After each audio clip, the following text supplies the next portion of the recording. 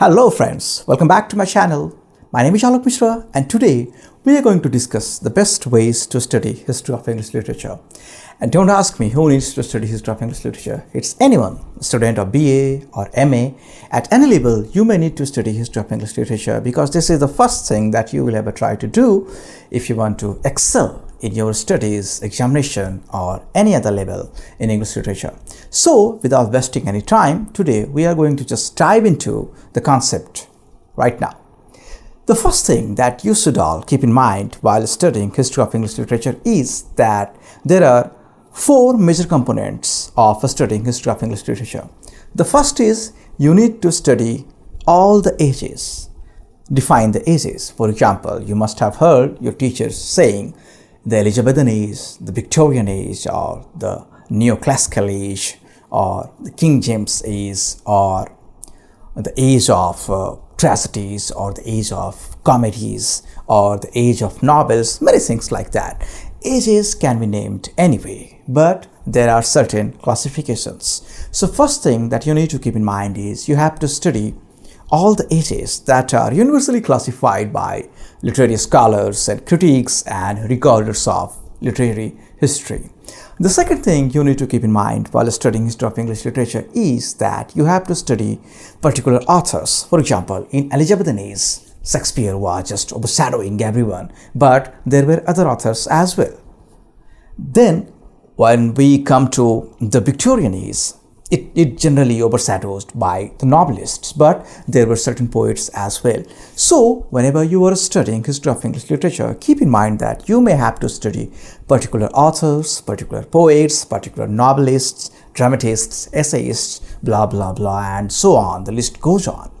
Then the third thing that you need to keep in mind is you also have to study the particular time frame or the time period. For example, if you want to study Victorian literature, then you must go through the Victorian social conditions or Victorian society in short. Then you'll understand what inspired the authors, the poets or the novelists to produce the kind of literature they produced. So in short, by studying a social history or by studying the society of any particular time frame, you are in fact studying the backstage stories of those wonderful pieces of literature that you are studying in your classrooms or just for leisure. So always remember to study the social conditions of any age that you are studying for your syllabus. And the fourth thing that is very important is that you have to keep in mind once you come to the Victorian period or modern period or postmodern period or the contemporary period, then you make sure that you study the political condition as well, because the World War and Second World War, the world after the World War, colonial, post-colonial studies, the pop culture, the contemporary literature. For example, if I say like in contemporary literature, too much emphasis or too much focus is on gender studies. Why? Because the politics is dominated by this kind of concepts. Today we are into racial history of literature, racial history of the USA. So you have to keep in mind that politics plays a major role in shaping the concept of literature in any country. So just recapping everything, you have to make sure that you have to study these four elements when you are studying history of English literature. You have to study the age, you have to study the author, you have to study the social conditions, and fourth, you have to study the political conditions, majorly after Victorian literature, like Victorian age, modern age, the 20th century, and then postmodern, the second half of the 20th century, the contemporary like 90s and right now, and the present literature. You have to go through the political conditions majorly after the Victorian and during the Victorian. So these are the four things, and then you must be like wondering what are the best books that you can use while studying history of English literature to make sure your studies are convenient and you also get a lot of information. So I have picked three major books that will help you understand history of English literature the best possible way. The first one is for absolute beginners as well as anyone who is in a need of getting too much information or getting power-packed chapters, but they don't have so much time. And this book is not that bulky, like it's not that voluminous as Daiches or Cazamian's literature is, but this one has very important thing in the beginning. Like at the beginning of every chapter, you will see a very precise list, a very precise like a tablet of information that will give you the things that you often need to remember or often need to study so that you can have an overview of what is going on in this age. For example, right now the chapter is 9th and it is the age of transition. If you can see it somehow, if the camera catches it. So you'll see like in the beginning there are the names of all those prominent literary figures and their time frame.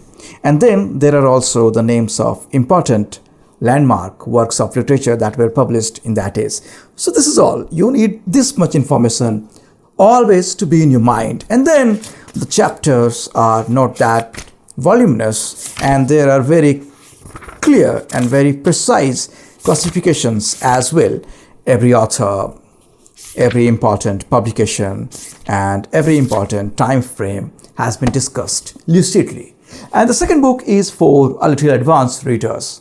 And this book comes in 2 volumes, like A Critical History of English Literature by David Daiches. I bet like you, most of you must know these 2 books.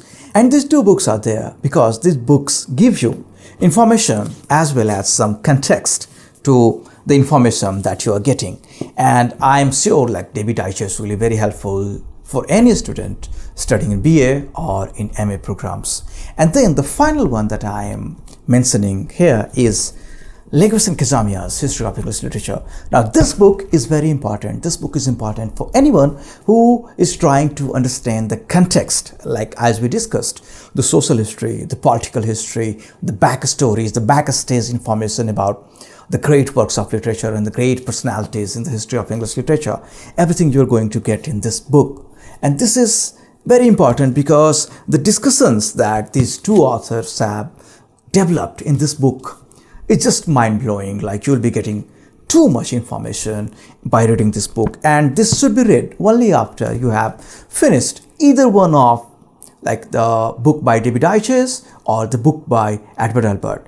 Only then you should study this book because this book requires some prerequisite. Like this book requires some information that you must have. You should have a clear-cut understanding of all the ages of history of English literature, and at least some of the names, the most popular names, should be right in your heart. So these 3 books will make you understand history of English literature in the most convenient as well as the most powerful way. And history of English literature is the first step that you'll have to do. You must have to do. There is no other alternative. So by studying history of English literature in an emphatic way, you can easily excel in your studies. You can score good marks and you can also clear many competitive examinations in any country you reside. So this was the video for today, and I will try to make some more shorter videos like this where I discuss things in a brief or in a precise way. So for now, thank you, and make sure that you are studying the best possible way. And if your exams are coming, then all the best for that. Thank you. Have a good time.